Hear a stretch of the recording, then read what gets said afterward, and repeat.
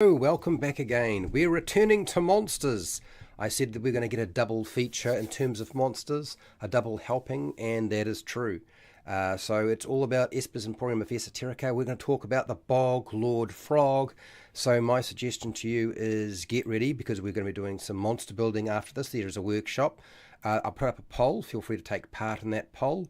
And make sure you have your dice ready because you will need dice. I am definitely going to be getting you to roll on some charts and tables as we make a monster after my main presentation.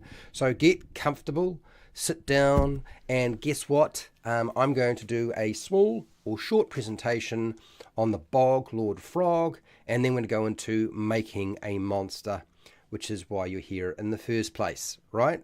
Yes, something like that. Well, I hope so. Anyway, let's get started.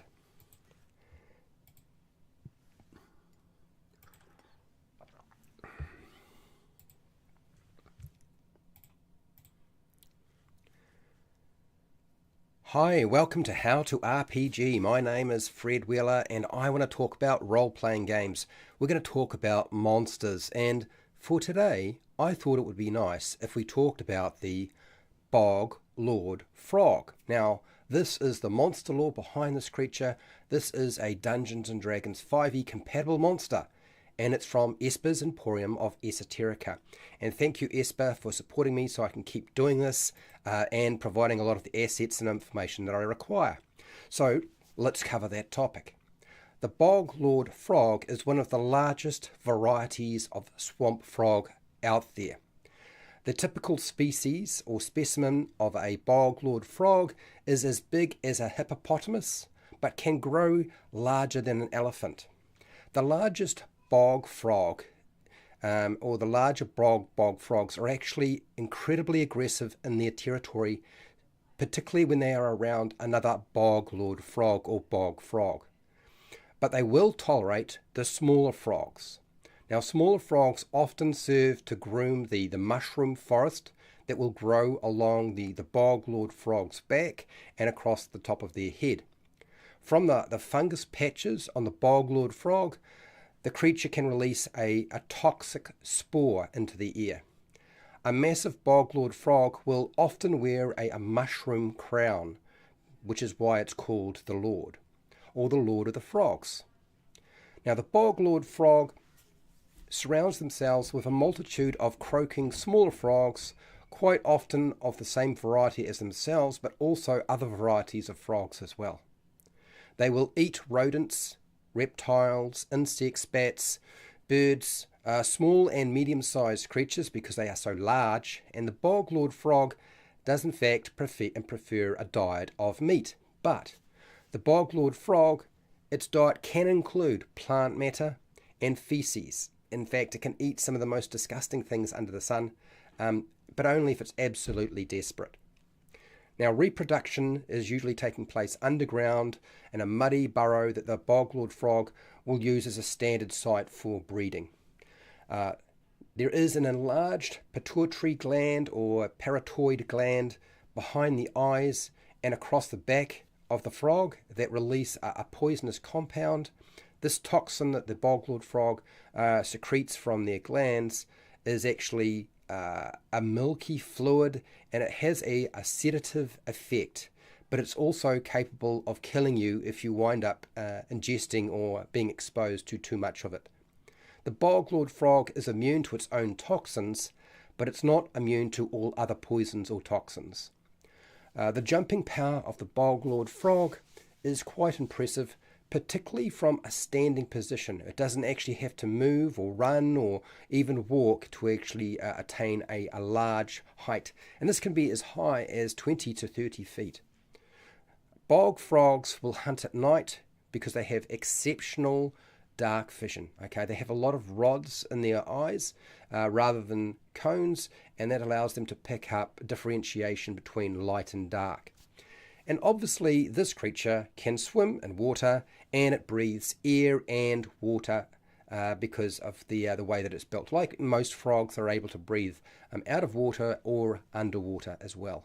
Now that's everything that I have on the Bog Lord Frog. I hope this was useful to you. There's actually not a lot of information on the Bog Lord Frog, but this is as much as I was able to put together.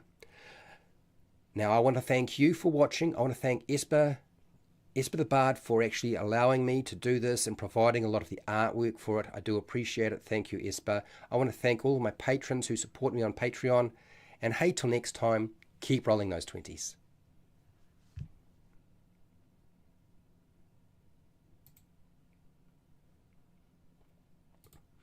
And we're back. Now, a quick presentation. I know that's not a lot of information on a creature that I've sort of named under a video, but today is really more about building and creating monsters anyway, rather than talking about somebody else's. But this was as much as I could. Now, you will find that a lot of the information I've presented today is not actually necessarily in Esper's book, because I do take creative license, and I have permission from Esper to do so. So I do take, I do attach a few additional things. I don't usually change what he's created, but I will put an amendment and attach additional information, which I thought would be interesting and make the whole topic a little bit more interesting to me and for everybody else. Okay, so let's do some creature creation. Let's have a look at our poll. Okay, so it's a battle right now. We have 2 votes between marine and subterranean. All right, we're going to see if somebody can break that vote lock in a second. I'm going to pull up my phone. I have my get bits and pieces pretty much ready to go, so we can start building something. And yes, that'll do nicely. I will then share my screen. This is the screen I want to share to begin with. I will maximize it to 200. And we are creating a new monster. And where is my window share option? It should be right here. Now, we did this yesterday. This is an unusual week in that we'll be doing 2 monsters. We did one yesterday, we'll do one today. But then, of course, when we get back to next week we'll go back to just doing 1 a week. 1 monster creation rather than 2. Okay, so this is very unusual. It's just how the Game Master preparation program rolled around, because I have a segment each week where we do a live stream that talks about monsters and then builds monsters. Now, since we've built a lot of the tools that we really need, it just accidentally worked out that way. Anyway, so here is what we have. This is our starting point, and I would like to jump across and start looking at what is it we're actually going to build today. Like, it hasn't been broken. It's either going to be marine or subterranean. A marine or subterranean one. So I'll roll a dice, shall I? I'll get a 6-sided dice here. Since the stalemate has not been broken, I'm going to roll a 6-sided dice. This will decide whether we go marine or subterranean. So marine is going to be 1 to 6 on my dice. And unless somebody else votes for something else, I'm going to make 4 to 6 for the subterranean. Okay, we have tables. A lot of these tables that we've made are actually on Patreon. So I'm going to roll now, and we'll see what we get. So it looks to me like we're doing another marine creature. Much to my surprise, I thought we would be doing something different today, but obviously we're not. That's all right. So marine it is. Let's go back to our templates, and we will start looking at building that out. Now, for those of you who are wondering, will you be seeing the Bog Lord Frog information that I talked about today on Patreon? Because it's not my monster, no, it won't be going to Patreon, because I can't put something up onto Patreon that doesn't belong to me, okay? And any of these monsters that we make, them going up onto Patreon really requires the patrons to say, we're invested and interested enough that we do that. I don't think that they are complete enough in their current form that they need to be going up at this present time. So that's sort of my thoughts on that. Okay, so let's share the screen here. And with a marine creature, we need to make sure we have head, body, and limbs. Head, body, and limbs are the things we need to make sure we have. So we have head, body, and limbs. And I'm going to get you to roll some percentile dice in a second. So let me just punch this in. Hashtag roll percentile dice for the monsters head, body, and limbs. Okay, so while you're deciding on that, I will scroll down to our marine section, which is, whereabout is this? This is land-based. Yes, that's right. Correct. These are still in trial, these tables. I'm still testing them. This is why they're not currently available on Patreon. I'm not, I mean, we made up a list of like between 50 and 100 different animals and different environmental locations, but whether it actually works as a way of creating your creatures and monsters for your homebrew stuff, I'm still not completely sold. So this is why it's still in an unfinished form. Okay, so now if people don't roll dice, I will have to do the rolling of dice. So I'm going to grab some 10-sided dice and push that over there for now, put them into the model tray, and I'll start rolling some dice for our marine. Now our marine goes up to 100. There's quite a few different options as it happens. So let's have a look. Did anybody actually put in a vote, roll some dice and put in some numbers into the chat, or am I falling behind? Okay, it looks like it's going to be me. All right, I'll roll the dice then. That's fine. We can do that. Where's my mouse? Mouse icon. There we go. That is weird. Let's go here. Where is it? Where is it? Where is it? Oh, okay, there we go. Oh, finding the right screen. Oh, there we go. Fred's rolled some dice for us. Okay, good. Thank you, Fred. All right, so we got a 79, a 98, and a 13. Yep. Philippe Hole, yeah, it's marine. We're going marine today. As far as I know, everybody has been voting for subterranean and marine, so it's marine. That's our choice. Okay. Okay. All right. Let's have a look at what our first number means. First number is a 79. So what creature is that? 79 is a shark. Oh, good. A shark looks quite scary. So the shark head, like that. We're finally starting to get some things that might actually be terrifying. Whereas we've been rolling up a lot of stuff and it hasn't been really that terrifying. Let's get real. They've been pretty tame. Now the body, you rolled a 98. What the heck is a 98 on the marine table? 98 is it's a water boatman. Again, a water boatman. I don't even know that the computer software knows what a water boatman is, but that's fine. We'll put a water boatman in. What do you got here? I'm not using dice, just pulling numbers from the ear. Yeah, that's fine. It's very hot here, so I think aquatic fits the theme outside. Well, good to know. Is the environment outside so bad that you could say you're swimming in the air, like you're breathing? Are you breathing water? Is it the humidity like in the 90s? Is that what you're dealing with? I'm kind of curious now. All right, our next number is a 13. What does 13 give us? This is for the limbs. 13 is this is a creature that I'm not even sure it's going to be able to cope with.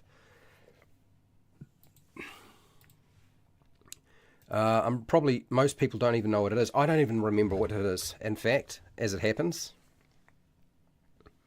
Okay, so we've got our creature. So what we're going to do is we're going to plug this into an artificial intelligence software package, and we're going to get it to draw something for us that will hopefully fit this. Not air conditioning. No, air conditioning. Like, oh, you got air conditioning. Ah, okay. All right. Well, that's nice. Good to know. Good to know. So you're not actually you're not having to play hard. Well, that was weird. Come on, try that again. Oh, it won't let me open it. Is that the deal? Like, oh, I've got pictures here, but no, you can't see them. My creations. Oh, okay, so we can't actually open anything today, is that? And it's literally not allowing me to open anything. Wonderful. Let me just refresh this page, see if this actually solves that problem, because that is a strange problem to be having. Okay, all right, now it opened it. Okay. So this is something we made yesterday. It came out looking very goofy, which does happen as it happens. When you use artificial intelligence and you think you're going to get something that looks really serious and scary, it often doesn't. Okay, a monster with the head of a shark. Head of a shark. Let's see if we can get that in there. There we go. Head of a shark with the body of a water boatman again. And now I don't even remember. Do I have a picture of this thing? To give you an idea of what this creature is, because I don't even remember what it looked like. Copy. So it's supposed to have these sorts of limbs, whatever this creature is. It's an animal. Oh, it's got tentacles. With tentacles. Oh, we got a tentacled creature. Oh, nice. Oh, good. All right, we'll plug that in. I think that's a probably better idea, with tentacles. And tentacles. Tentacles. Okay, so this is going to need, let's do a couple of different runs. And I believe if we're using the new Hydra version, we wind up having to pay a little bit more in credits. Don't really care about that, frankly. It's all good. 105 Fahrenheit here today. So you're in Los Angeles. Oh, well, that's of course. This is you guys don't actually have weather, right? It's always sunny and hot. Little tentacles. Yeah, no. I see, Fred. I got it. So I'm really looking forward to the possibility we might get something kind of whack. Would be good to have a whack one. We haven't had a wacky one for a while. Rather than just cute. This might actually be terrifying. Let's press the button. A monster with a head of a shark, with a body of a water boatman, and tentacles. Make me something awesome. Okay, next. Probably not going to do that. Lyra. We'll try the Lyra version as well.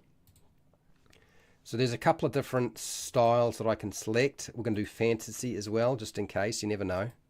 Fantasy. And no, cyberpunk, portrait, no, that'll just make it look like a person. We don't want a wool created monster, that's just weird.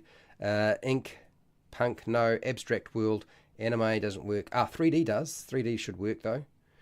Has worked in the past. Not necessarily been great. Okay, Argo. Argo is pretty crap, but we'll give it a go. You never know. It'll probably just spit out something ridiculous. Argo 2 is pretty awful as well. Dear. It's going to make a shark-faced squid. It probably is. I think we're going to wind up with a shark-faced squid. And I'm fine with that. If I wanted to make a shark-faced squid, we're going to come back to the shark-faced squid. Because now we need to roll percentile dice to get our monster's special abilities. Okay, so let's do that. Hashtag. Roll percentile dice for monster special abilities. Okay, all right. So I need a number from 1 to 100, because there's 100 of these different monster special abilities. We made this table and I put it up on Patreon. So we're going to select from here randomly something from here that looks relatively interesting. Yeah. And then we're going to do the same thing. Now, monster special abilities are things that use your role-playing game or whatever system you're using. It uses the main action for your characters or your creatures, right? That's the intention behind it. And then we'll do traits, and then we'll do monster motivations, monster origin, and then monster lair, and then we'll fill in the rest of the details.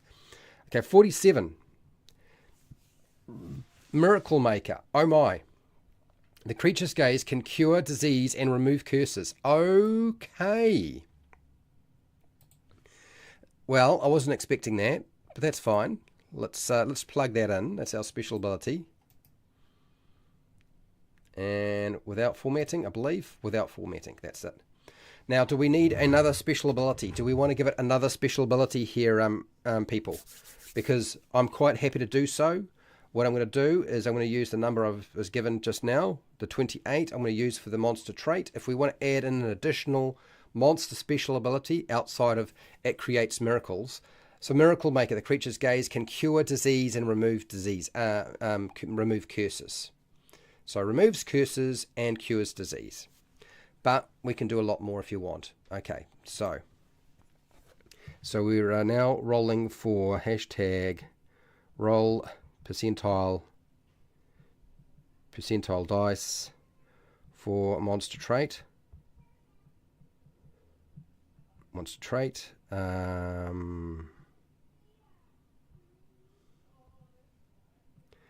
Now, a monster trait is something that's always functioning. So you don't require an action or a minor action or swift action or a bonus action or whatever the heck you're using. It's something that it would always have in place. So it's a very different list. That list is 100 items, 62. Okay, you've rolled a 62, so we'll take the 62. You just need to let me know if we think we need to add another special ability to this creature. We can, but let's have a look at our traits. And it is number... Oh, he's got another couple of sets of numbers there. 2 sets of numbers is always nice. 62. Okay, 62. Misleading aura. The creature disguises and changes nearby magic auras. Okay. Well, that's very unusual. But we'll take it. We'll take that. Let's put that in. That's a trait that it has. It's kind of fitting in with the first monster special ability, if anything. Misleading aura. The creature disguises and changes nearby magic auras. Roll 2 and give 2. Oh, I see. So you want 2. Do you want 2 monster traits and 2 special abilities? I understand that you want 2 special abilities. I think that's what you were trying to say. Are you wanting 2 for the traits as well? I can do that if you really want. I don't want to make it too complicated. That's all I'm worried about is, are we going to have too many things going on? So the 28 was supposed to be for monster special abilities. 28. Let's go to 28. Enslave. The creature can enslave the body or soul of others. Oh my lord. Okay, so this feels like it's a big baddie for sure now. It kind of has that feeling of the aboleth, where the aboleth is able to do quite a lot of different things. 2 abilities, 2 traits. Oh, we're going 2 for 2. Okay, so special abilities. Miracle Maker. The creature's gaze can cure any disease and remove curses, which is kind of good, actually. Kind of cool. But the bad thing is the creature can enslave the body or soul of others. Okay, let's say or soul. It could be both. That's really bad. We could just have the body and not the soul, but I actually think that would be, depending on what the picture comes out as. High level creature. Okay, we're making a high level creature today. All right, understood. Okay, none of this low level nonsense, right? Okay, so 97 is for traits. Okay, I see this. I understand, Fred. 97. Here we go. 97. Water walk. The creature can walk on water just like solid ground. Why would it need to? But it's kind of funny. So it's an aquatic creature, but it can also walk on water. Really? It's a strange combination, but it's funny. Okay, the creature can walk on water just like solid ground. So it's kind of, maybe it's like, what is it, isn't there a creature called the water walker? It's like an insect that walks along water, along the top of the surface, doesn't break the membrane. And with its tentacles, it's going to be doing something like that. Okay, so we're going to get our monster motivation in a second, but I think our Starry AI should have finished building our monsters. Not quite. It's still coming along. We'll do a refresh on that and see if it's done its thing. Okay, no, it's still trying to figure out 2 of them. That's fine, we'll come back to that. I think our creature's looking very weird right now, so let's go back to what we were doing. Let's do our monster motivation, which is also a 100 table. Hashtag roll percentile dice for monster motivation.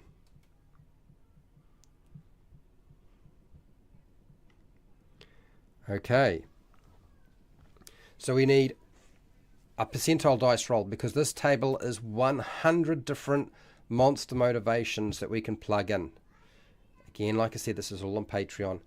So, yeah, it'll be interesting. Okay, we got a 16.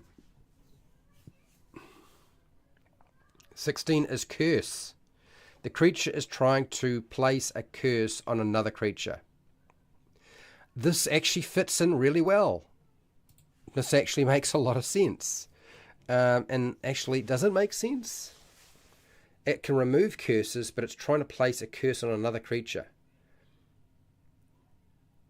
which kind of suggests that it needs to have the ability to place curses as well. Okay, there's a lot going on here. Misleading aura. It definitely feels like it's a heavily magic creature, whatever it is.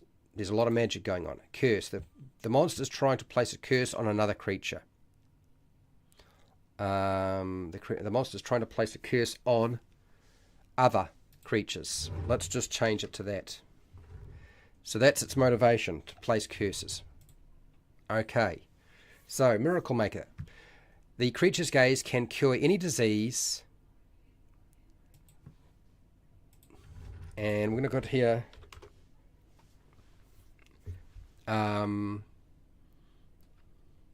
What's the word? If we were going to give somebody a curse, it's not inflict a curse, place a curse, place a curse, place a curse. It's not the right wording really.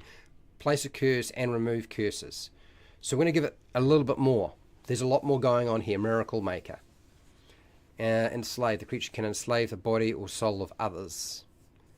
Okay. So, alright. And it's got a misleading aura. The creature disguises and changes nearby magic auras. And it can walk on water. Okay. Alright, we need to give it a monster origin. And we'll do a layer. And then we'll be going back to the creature creation on the AI. So let's roll a 20-sided dice this time. So roll a D20 for monster origin.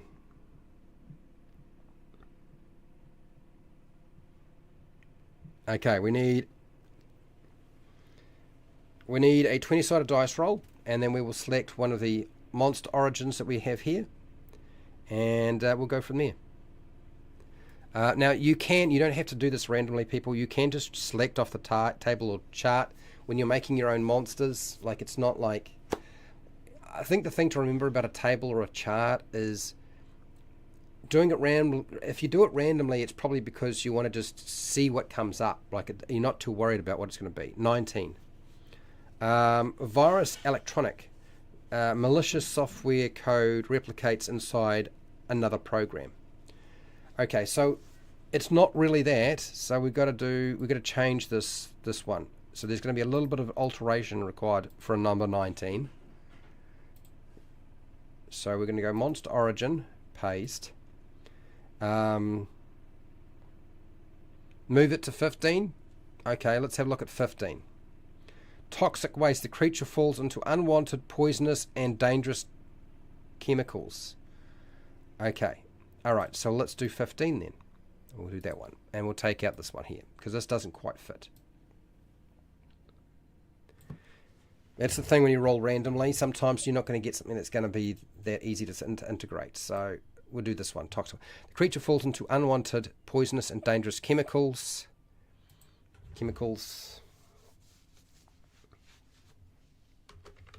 And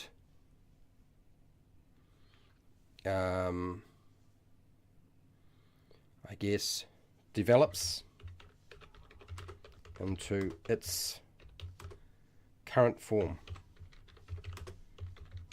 Okay. There is our monster origin. We're going to give it a layer. Oh, a shark got toxic waste dumped on it. So we'll go here. A shark falls into unwanted, poisonous, or dangerous chemicals and develops into its current form. Okay. A shark swims into that's probably the most likely thing, is that it would swim into. That's nice and simple. We got it. It swims into unwanted, poisonous and dangerous chemicals and develops its current form. So That's how we. This is why you look after your environment. Otherwise, you wind up creating monsters. Okay, we're going to do our monster lair. Our monster lairs. There are 26 of them. Of course, not all of them will be suitable. Hashtag. And look, for those of you who want to roll dice, you can. If you see one that you like and you think would fit best, pick the one that you like. I don't care. I'm not really that worried. Hashtag roll D20 or roll a D20 plus a D6 for monster lair. Okay. Shadows of the Ocean. Okay, so which one out of this? Either rolling from 1 to 20 or 1 to 26, or it won't be 1 to 26, it'll be 2 to 26. So decide on the appropriate one. I'll plug it in, and then we'll go and have a look and see if our creatures have finished drawing themselves. And then we'll start building out our little creature. This is obviously a major boss creature now. We're not dealing with a small, low-level cutesy pie thing. We're dealing with something that's pretty hardcore.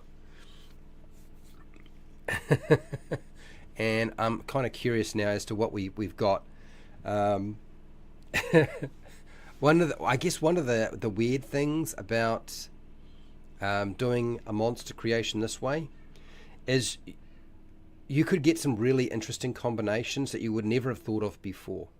Like if you had the total control over the whole process, you wouldn't get some of these combinations. It just wouldn't happen, right? Sharks don't really like having lairs. So no lair. Are you saying don't no lair? No lair. There we go. It doesn't have a lair. It's a roaming creature. No lair. It roams the oceans. There we go. Got it. Sweet. Let's have a look at our creature, and then we'll start doing our monster reproduction, our monster food, what it eats, monster senses, monster environment, how it communicates, and its relationship with others, which may be a little bit odd. Obviously, we'll do a name. Okay, here we go. Here's our wacky creatures. Let's have a look and see what we get. So that's got tentacles.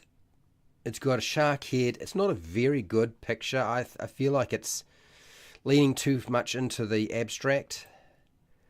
This is kind of disgusting. Why is somebody standing there trying to fish? I'm a little lost on that one. I don't like this one very much. This feels like a giant worm-like creature.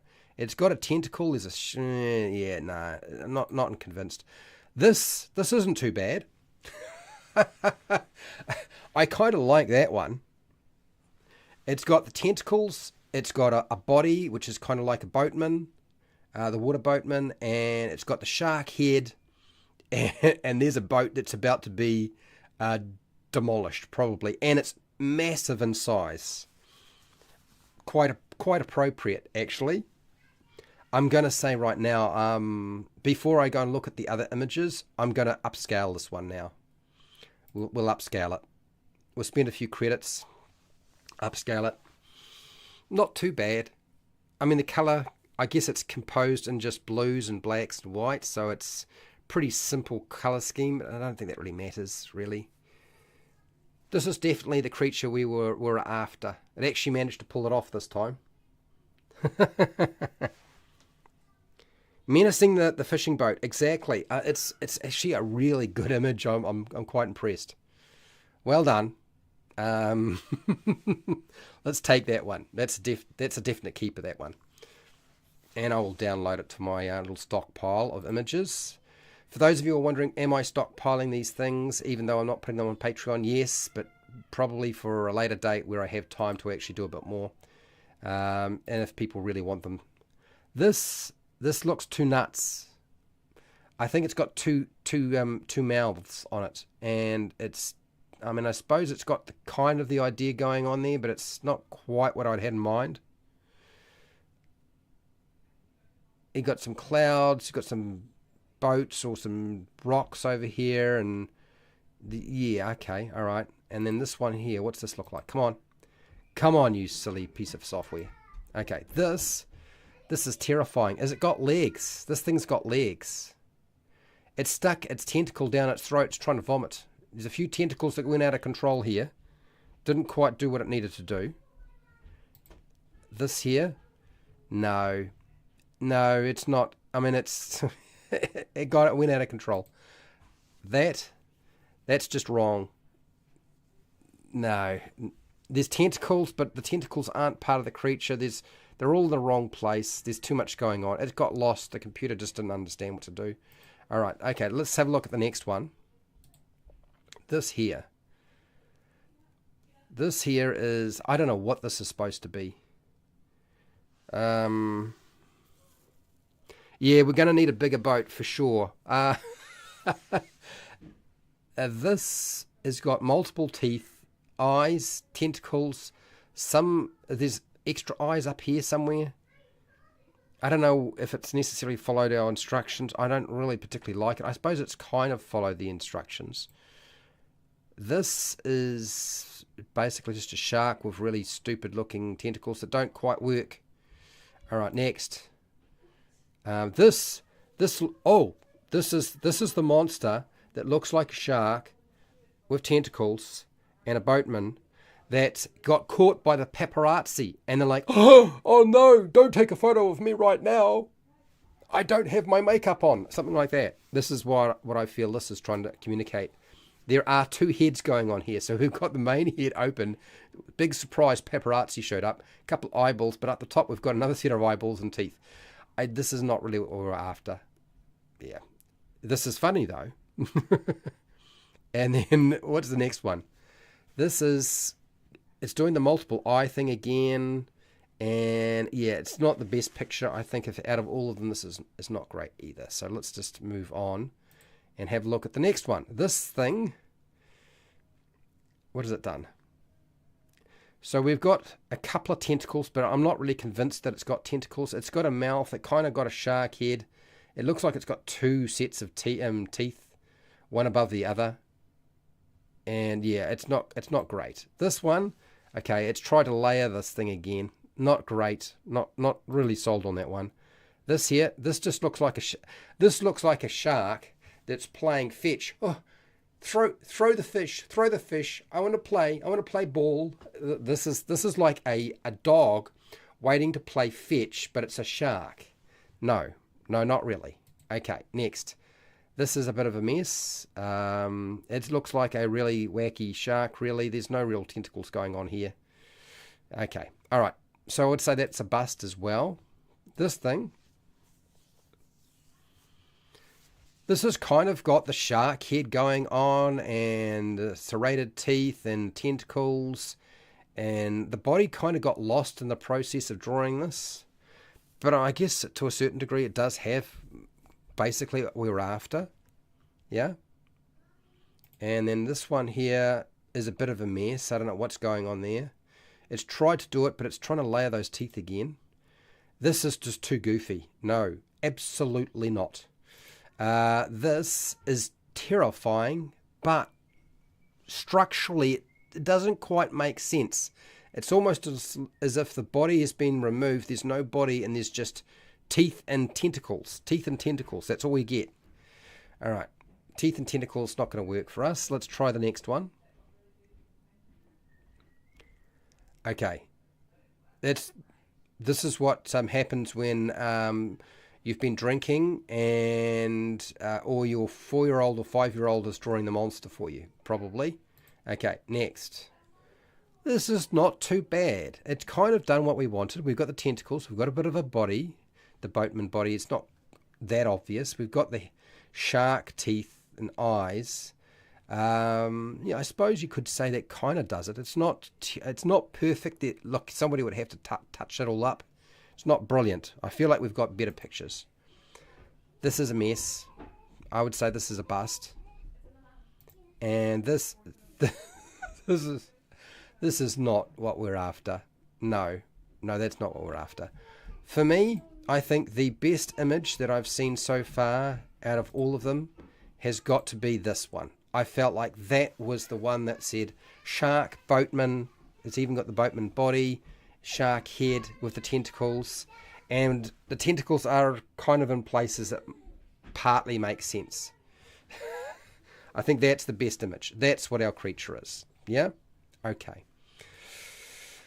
Well, now that we've done that, let's start dealing with some of the things that it needs. How does this monster reproduce? Let's start asking some questions. Hashtag. How does the monster reproduce?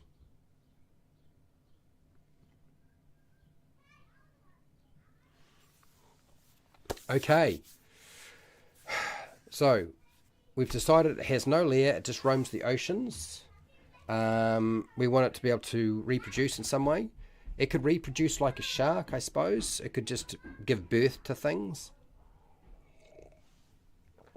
The only problem is that this creature is one of a kind, really, right? It's one of a kind. So it's got nothing to reproduce with. So it would have to... Are sharks an asexual... herd other sharks into toxic water? Oh, okay. It hurts. Okay. All right. The monster herds other sharks into its sharks into toxic water. Okay. So that's what it's trying to do. Why is toxic? Tonic? I don't want toxic. Is that it? Tonic. Why does it think that? I don't know what. Why is it? If I spelt it wrong.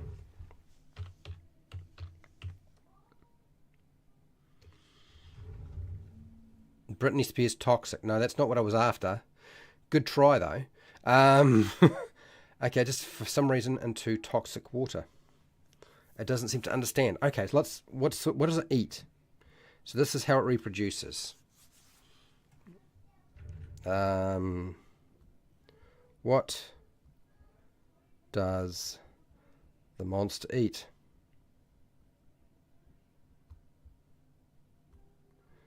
Okay, so excellent sense of smell, limited eyesight, good hearing. Okay, well that's the senses. We want the food though. I'll finish writing this up.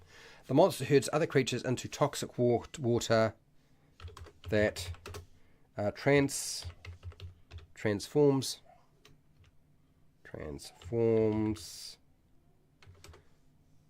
the sharks into new monsters. Okay. Britney is toxic. I wasn't referring to that. Which transforms toxic. I don't know why tonic. It keeps saying it wants to use the word tonic. We're not doing a tonic here. All right. Still need to know what it's going to eat. Don't tell me it eats Britney Spears. Okay. So eats flesh, fish, mammals, people, whatever it catches. Okay. All right. So we okay, let's get this down. And food. Actually, I might just do a quick copy and paste. Speed up this process. Get this done. Monster environment is the ocean. Oceans. But we might go a bit further than this. You never know. So let me just do a quick jump over, so I'm not jumping back and forth in the chat, copying his bits and pieces. Eats Whatever it can catch. We'll plug that in. Eats flesh.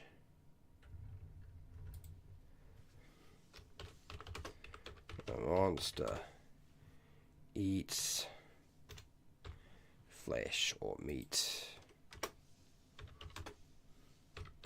It's a meat eater. Fish, mammals, people, whatever it can catch. Okay, good.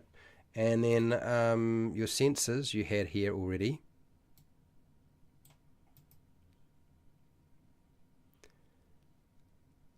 Oh, it has to visit the toxic sludge occasionally. Okay, all right. And, okay, excellent sense of smell.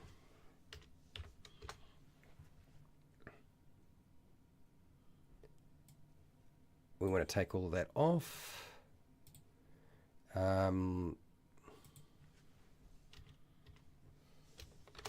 Limited eyesight, but with a 360-degree what's a range view, I guess. Has good hearing. Okay, all right, so we've got a few things going on there. And it has to visit, so its environment.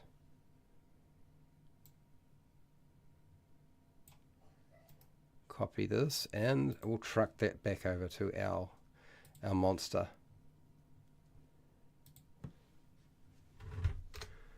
Okay. Has to visit toxic sludge occasionally to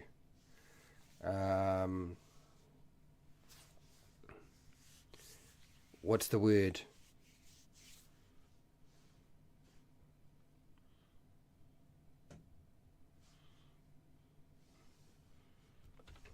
Heal itself? I don't know.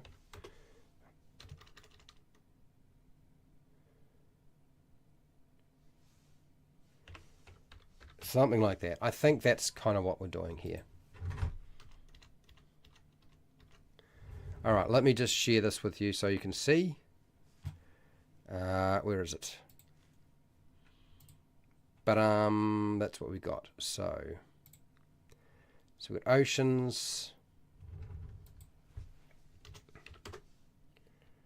rivers, and large bodies of water.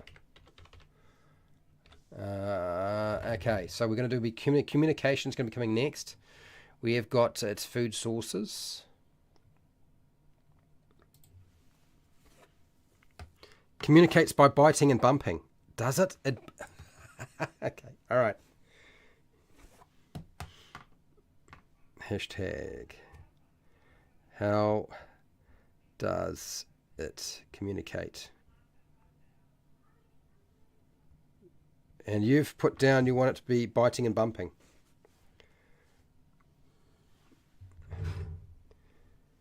The monster communicates with small bites, tentacle, contact,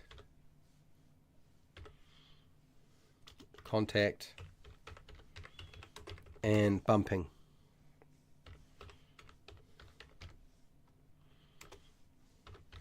Its body into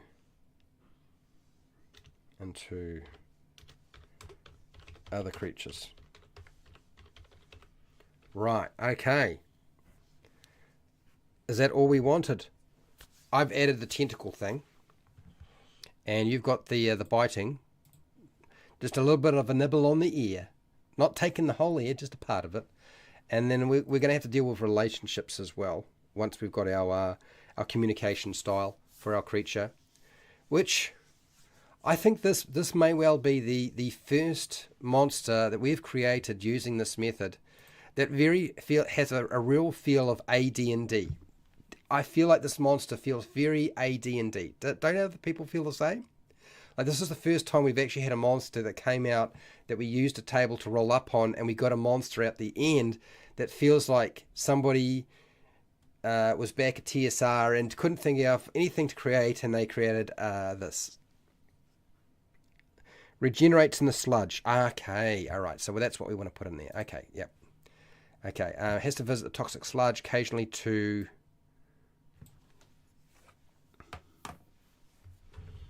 regenerate. Itself. Okay. Right. Everything else is food.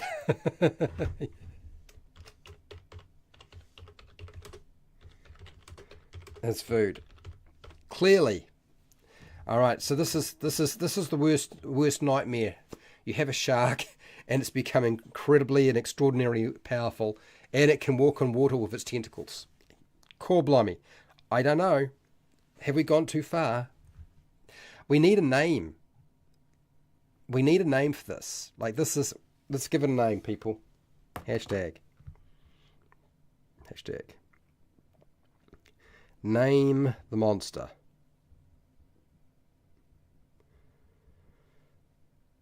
Let's give it a name. I'm looking for a couple of suggestions. I will give you an idea of what we've got so far. It's got the head of a shark, the body of a water boatman, the limbs of a Camaracos, which has basically got tentacles, so it's got tentacle limbs. Special abilities: Miracle Maker. The creature's gaze can cure any disease, place a curse, and remove curses. Wow. It enslaves creatures, so the creature enslaves the body and soul of others, which is terrifying. Its monster traits is it's got a misleading aura. The creature disguises and changes nearby magic auras. It can water walk, so the creature can, not only does it swim, but it can swim in water. It can swim and breathe underwater, but it can also walk along the water with its tentacles. How's that for nuts? The creature can walk on water, just like solid ground, with its tentacles, which makes no sense whatsoever. I know, people. But we're going to do that anyway, because it's fun. Next. Its motivation: curse. The monster's trying to place a curse on other creatures. Why? The monster's trying to place a curse on other creatures because why? Because it wants everything to suffer just as it does. Oh, okay. It's got some serious issues. It needs to go and get a counsellor for sure. Toxic waste, the origin. A shark swims into unwanted, poisonous and dangerous chemicals and develops into its current form. Blah, blah. We got that. It has no lair because it roams the oceans. Its reproduction cycle is the monster herds other sharks into toxic water, which transforms the sharks into new monsters. Angry for anger's sake. Yeah. Well, if I'm angry, I want everybody else to suffer. I can assure you, I've met more than a few people who operate this way. If I'm unhappy, everybody else should suffer as well. Hello, Rooksa Zero. How are you? So for those people who don't know, Rooksa Zero, Nicholas has got a YouTube channel and he does commission work on artwork. He actually draws and commissions artwork for people from scratch. He does not use AI. He doesn't use artificial intelligence to draw the stuff. He's drawing it by hand, okay? And I'd actually be curious to your opinion, Nicholas, about AI, But yeah, he has a YouTube channel that does that, and he has a website you can check out as well. And yeah, you should definitely look into that at some point. Wants to be a normal shark again. Yeah, we can add that to its motivations. Not a problem. Had to walk to work tonight. Not usually. Hit me. I'll hit you with. I'll show you what the AI has generated for this thing. We had some terrible images, but anyway, it's very hit and miss. AI.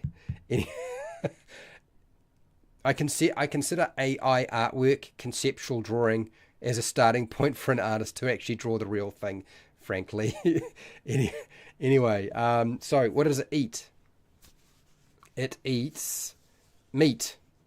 Fish, mammals, people, whatever it can catch. If it's in the sea, it's going to eat it. And it has excellent sense of smell. It has limited sight, but with a 360-degree view. And then it has got good hearing. Monster environment is rivers, oceans, large bodies of water. Has to visit the toxic sludge occasionally to regenerate itself. It communicates by small bites, tentacle contact, and bumping its body into other creatures. And everything that around it, in terms of its relationship, is considered food. Insatiable hunger. All right, so this is the best we got out of the drawing process, Nicholas. Absolutely the best result we got. Could gain sustenance from cursing people. I suppose it could. That would be quite interesting. We will add that on. Let's add that as a food source. What's our food sources here? So we've got that, but feeds on. So feeds on the emotional trauma caused by the curses it places on other creatures. Trauma, that's better. Okay, trauma. An AI generated pic, yeah. Okay, so now somebody had said something else here. Wants to be a shark again. So that's under motivation, isn't it? The monster wants to be a normal shark again, but it's not. But it's impossible. Completely changed forever.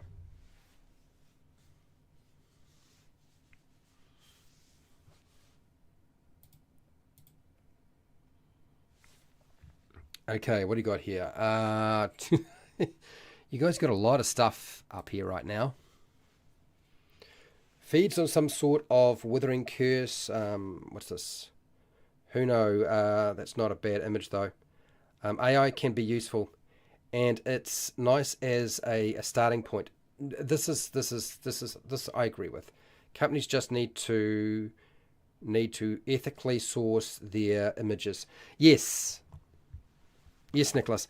I talked to my brother who is an artist who does use AI art, and he says the thing with AI art is it's no good without an artist. Without an artist, AI art is really not very good.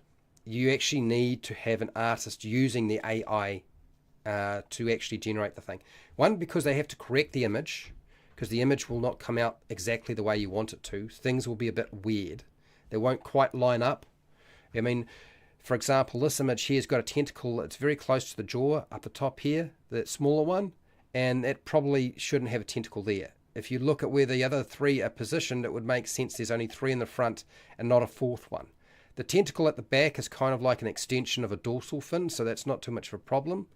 But there's some times, you've got the funny edging around the top here. So there's some certain things, some odd things that happen inside the mouth and the teeth, things that need to be cleaned up. But also too, My brother uses AI art professionally. What he does is he'll use it. Somebody will tell him what they want. He will use the AI art to generate some ideas. Put the AI art ideas in front of them. They will select pretty much what they're after, and then he will go off and take that AI art that they've selected, and he'll redraw it in its final form, and with whatever corrections they've indicated, and it saves them a lot of time, trying to get exactly what they want, because people can be picky, and art is expensive, so people always want more for their value than they realize, and I think a lot of people don't realize just how long it takes to draw something or create something, particularly if it's painted. All right, so we're going to get some names going on here. We don't have any names at present. Angry for anger's sake. We've got no names. Insatiable. My brother did indicate to me that AI art was, look, AI art, if you're just doing your own homebrew campaign and you want to create some artwork that way for your own homebrew campaign, it's not hurting anybody, because otherwise you would never have had it anyway, right? It's when you publish that it makes a big difference. Yeah.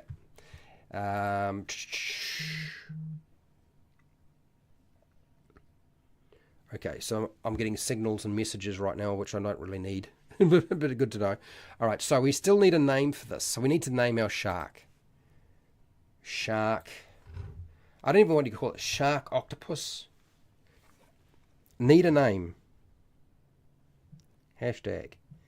Need a monster name.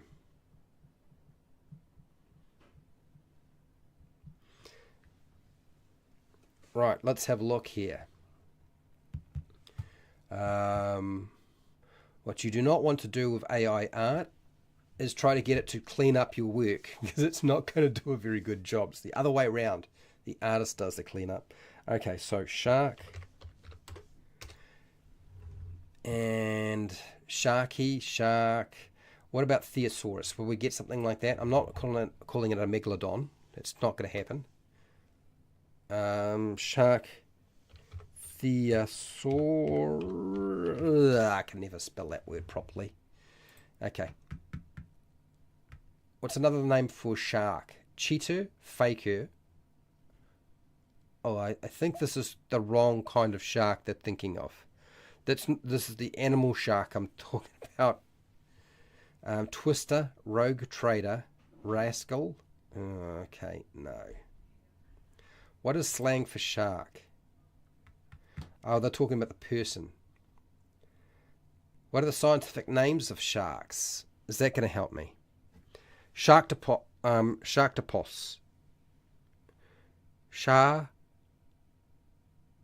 Octopus. Sharktopus. Sharktopus. I think that's what you've got there. Sharktopus. Okay, could be. Sharktopus. Sharktopus. It's very AD&D. I'm going to say it now. I think that might be the name, Fred. You're the one who's put all this work in today. I feel like today this is Fred Hubbard's monster. He's the one who made it. I just wrote everything down. Let's see if we can find any better names than Sharktopus. But right now, I think Sharktopus is probably the one. Let's go back and have a look at some of the scientific names of a shark. None of them will make any sense to anybody. Belonging to the superorder Coelomorphia.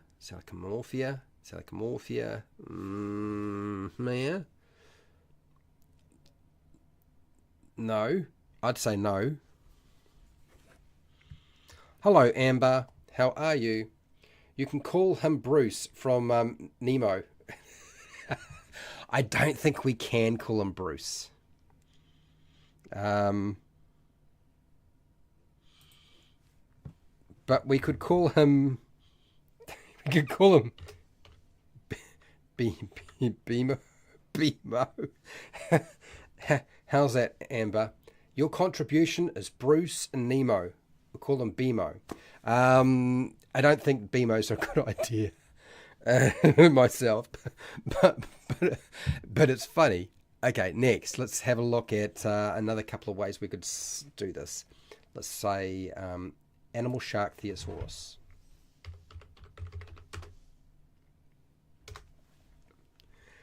Thank you for your contribution, Amber, by the way.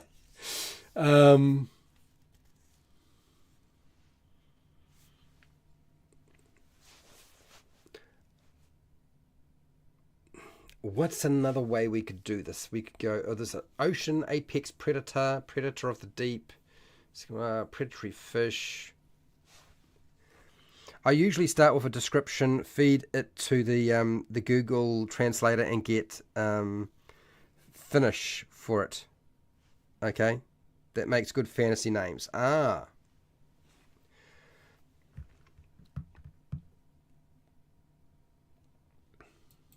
What's another way? Oh, what's another way we could do this? Megalodon.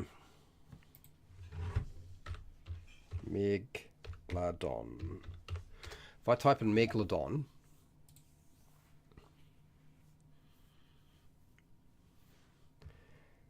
if we take the word megalodon, whoops, not what I'm trying to do. Let's try that again. So if I take megalodon, that name, and I plop it into our names option, and we call it a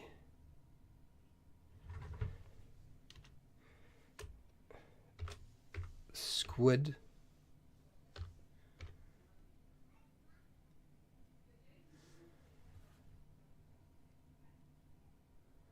Squidladon.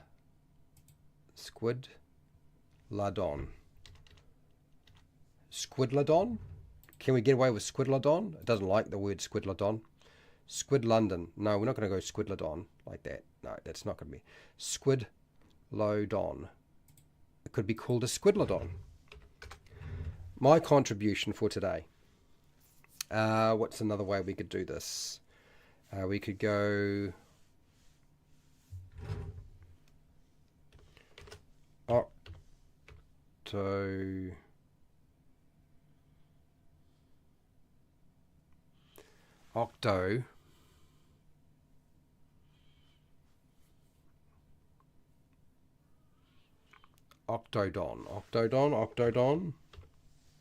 Octodon.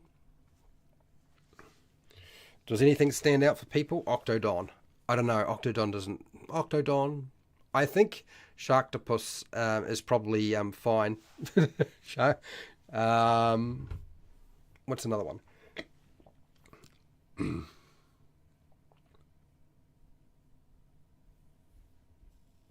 Meg.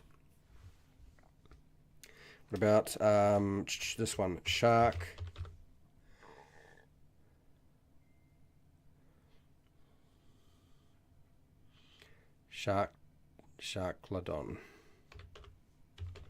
What about Sharklodon? Sharklodon? Yes, no, dislike? Sharklodon? We can go a lot of different ways with this thing, can't we? I think Sharktopus is actually tells you pretty much everything you need to know. Sharktopus. Because it looks like a shark and it's got tentacles. And yeah. I think that's actually doing most of the work that we needed. Okay. All right. Is this a time for me to put in a poll and ask some questions and see if people want to vote on a name? Maybe we could vote on a name.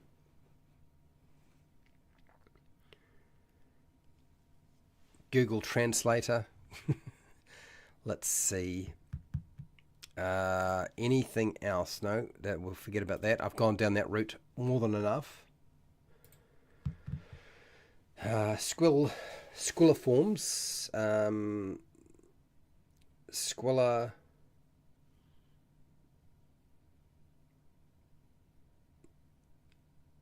A squillark. A squillark? Can we go with a squillark? Does that make sense? Squillark. No, it's an R. Squillark. As in squid and shark. Squillark. All right, so I've got a few names here. We can go Squillark, we can go Sharktopus, Squidolon, Octodon, Sharktodon, Sharkladon. Okay, all right. There's a lot of names going on there. Let's try a vote on this and see what people like. Although, actually, maybe what I will do is I will plug this in tonight into my community tab and ask people what name they think the monster should have. That might be quite fun. I can't include an image, but it would be a good one to have. Triangle Tooth Terror. Okay, all right, let me mark that down. Triangle Tooth Terror.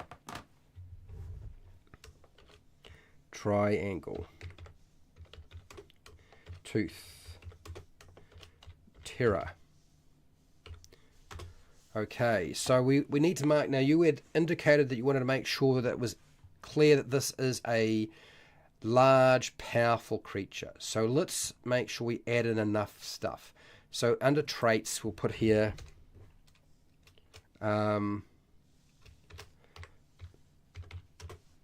is large to huge in size to huge in size.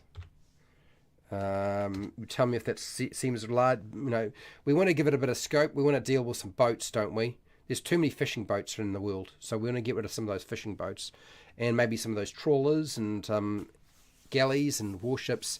We want the ocean to be a little bit afraid. Like, we need a rival for the Kraken, right? We need a rival for the Kraken, and maybe this is the one. Then it's got to be a. I feel like it's got to be intelligent,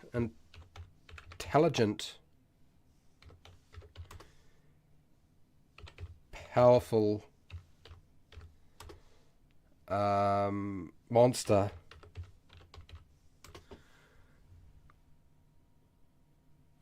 Oh, you want it? It needs to be 25 to 30 feet long. Okay, got it. Intelligent, powerful monster. Okay, and size.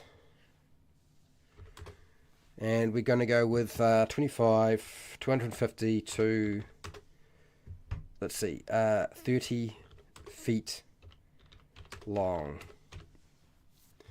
Okay, got it. Crushes boat hulls with ease.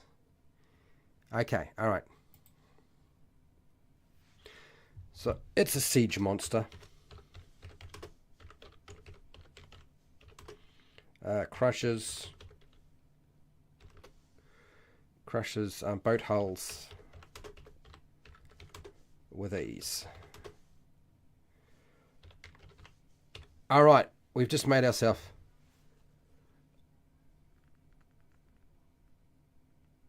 250. Yeah, 250 to 300 feet long. Yep. Not 25. 250 to 300 feet long. I've got that written down. It's all right. I've written it down. Don't worry. I'm not shortening it. It's not the size of the shark from Jaws, the movie. It's bigger than that, right? That's what we're after. We want something that's fairly... all right, so large is no good. We want to go huge to colossal. Isn't it colossal? Huge, or is it gargantuan? I can't remember. What's the top end of the scale for Dungeons and Dragons monsters nowadays? Huge to... I think it's colossal. Huge to... what's the word? I'm pretty sure it's that. Where's the scale? I need to find a monster that's sort of fairly big. Let's have a look here. Don't mind needing my dice anymore. Dice were unnecessary. Let's find a large beastie. No, demons. No. Bone collectors. No. Cave moss. Dragons. D for dragon. Oh, it is gargantuan. Okay, alright. Yeah, I'd forgotten. Because they got rid of colossal, didn't they? Which I never understood, but... yeah, gargantuan, legendary. Yeah, it is. You're right. It's gargantuan. too gargantuan.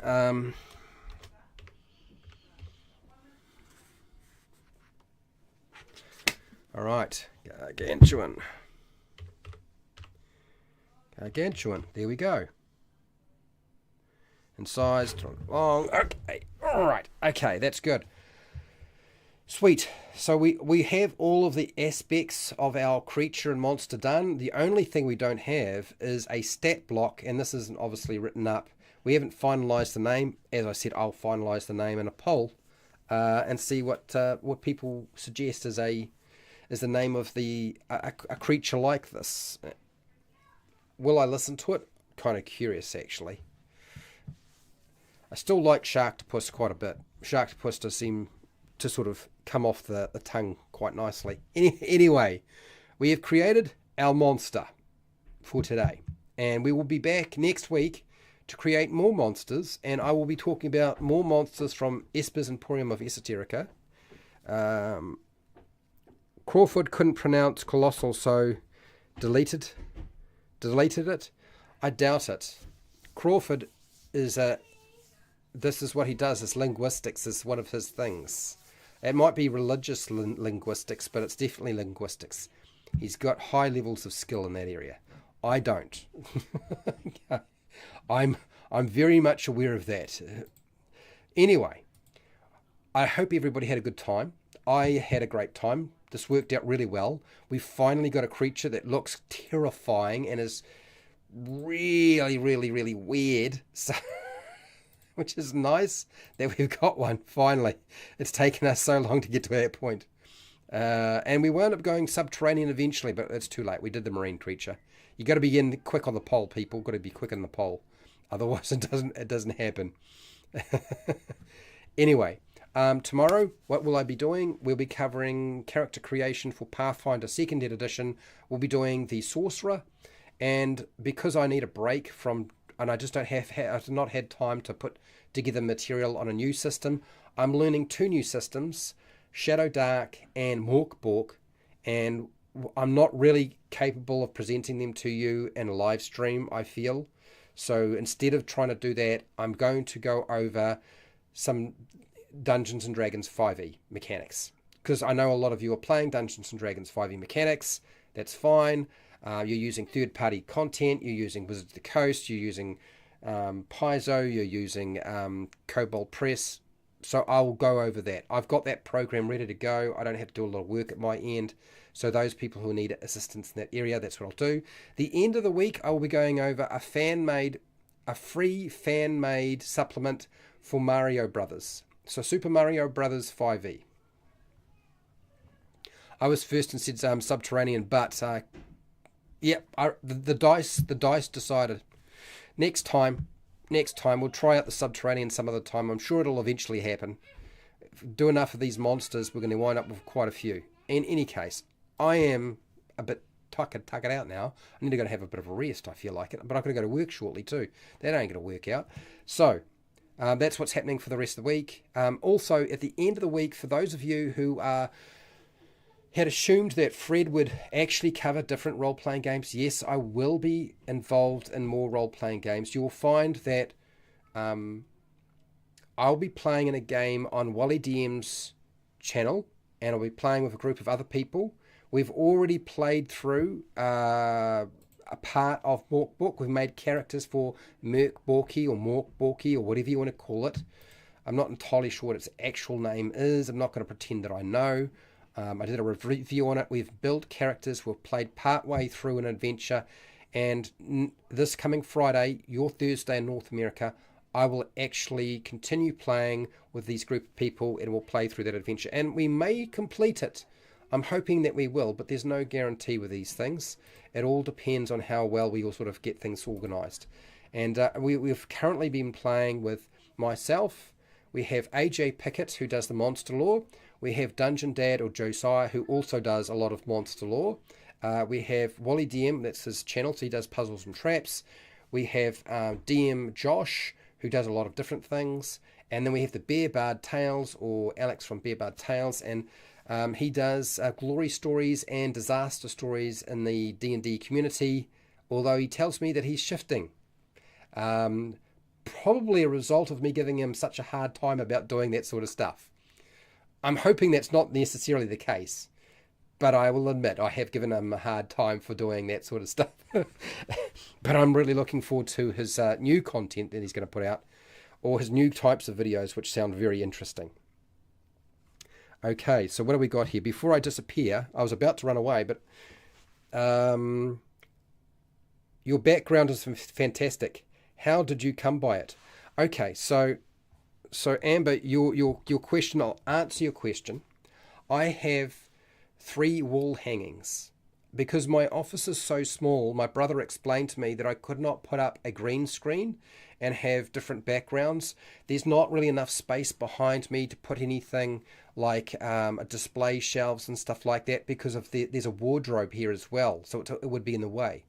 So we decided that I would use a whiteboard. So I have a standing whiteboard, and on that whiteboard is 3 different wall hangings. One of them is this one. This is like the mushroom village that you see behind me right now. So it's hanging over my grandmother's blanket that she knitted for me years ago before she died. This just makes the surface a bit softer so that the hard surface of the whiteboard doesn't cause a problem. And I can roll this thing around to wherever I need it to be. So I can move it around, which is handy. And then I push it back into the wall. Because with a green screen, you need to have 3... You have to have a lot of light sources in different places. You need enough space. You need to light the back and the front, and it gets complicated. So I've got this one. I've also got Rivendell, which is from Lord of the Rings, which is more of a black and green and just dark colours. I've got another one that's sort of under the water. So it's got dolphins and mermaids and stuff like that. And so I just hang them on the back depending on what I'm kind of in the mood for. And yeah, if I'd known we were going to do underwater stuff, then I would have switched over to that one. And I think I can do that now.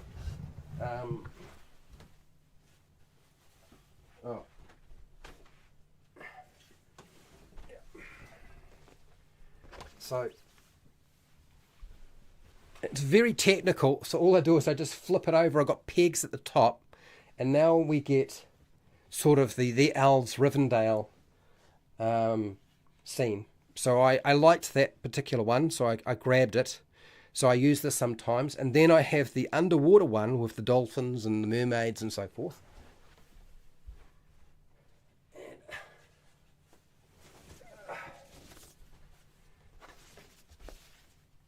Okay. And then I have this one, which, as I said, it's got sort of pillars. It's like Atlantis under sea, and a few dolphins and a few fish and some mermaids, things like that. And so I use that, and I just changed between the 3 of them. You're welcome. You're welcome. You seem to be interested, so I thought I would reveal my secrets. I try to have them hanging so that the folds come out, but they don't always come out that easily. I probably should iron them, but I don't know if that material is going to be easy to iron without damaging it. Okay, what else? Matthew, what do you got here? Matthew says, I'm a 5e guy and I have invested a lot into it, but my world setting and adventures are completely homebrew. So I can live off whatever for a long time. I believe you can. There's a lot of people who could. However, the next thing I do purchase, content-wise, will definitely not be Wizards of the Coast. No hate, just don't support them anymore. Yeah, it's hard to support a company that doesn't make very good stuff.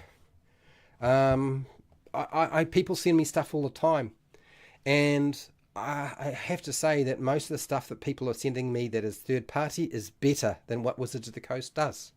And that's a shame, because it shouldn't really be that. They should be the benchmark for the standard, but it's not. And I don't believe it's because they don't have the best creators. I just think that the creators are probably held back by their upper management in some way, and this causes them a lot of trouble. The magic is broken for me. Oh, sorry, Pale Rider. You know me. I'm always going to show you the secrets behind everything. It's not really a secret. They're just wall hangings.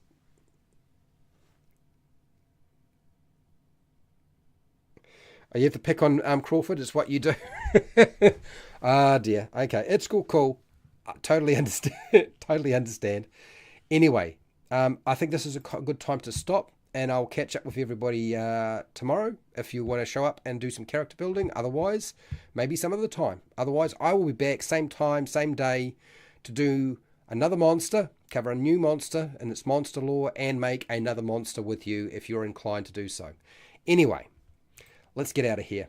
So, huge thank you to all of my patrons. Thank you to everybody who took part in the poll. I do appreciate it. Thank you for doing so. Thank you for commenting or watching. Even if you didn't comment, thank you for commenting and watching. Even if you can't get yourself involved with it, it's all right. Give yourself a bit of time.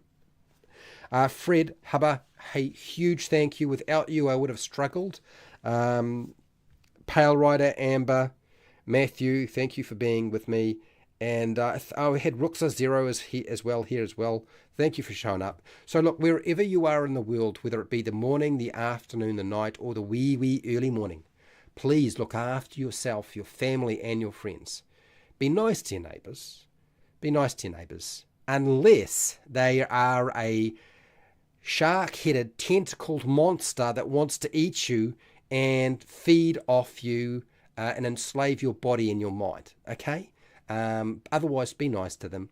And hey, till next time, keep rolling those 20s.